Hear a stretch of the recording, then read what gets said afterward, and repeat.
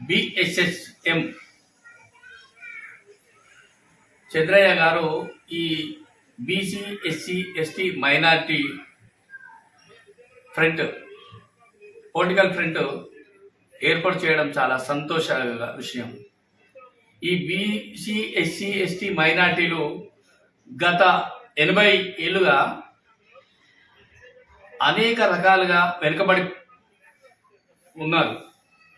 అంటే మెజారిటీ ఉన్నటువంటి ఈ బీసీ ఎస్సీ ఎస్టీ మైనారిటీ ఓట్ల ద్వారా రాజ్యాధికారంలోనికి వచ్చినటువంటి అగ్ర కుల వర్గ పెత్తందారులైనటువంటి ఈ అగ్ర కులాలు అగ్ర కుల పార్టీలు అధికారంలోనికి వచ్చేసి ఈ బీసీలను ఎస్సీలను మైనార్టీలను అనగదొక్కి వాళ్ళ యొక్క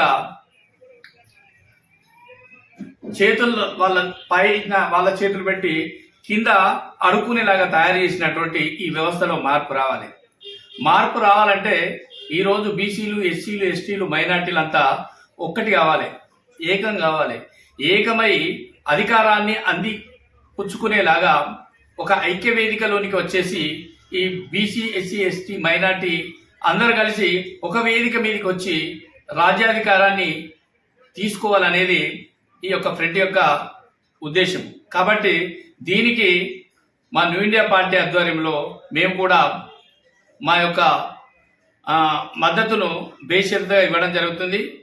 మేము ఒక బీసీ సమాజానికి చెందినటువంటి వ్యక్తిగా ఈ బీసీలు రాజ్యాధికారాల్లోనికి రావాలనే ఉద్దేశంతో ఈరోజు ఈ సంతకాల సేకరణలో 1 కోటి సంతకాల సేకరణలో మేము కూడా భాగస్వాములమైనాము.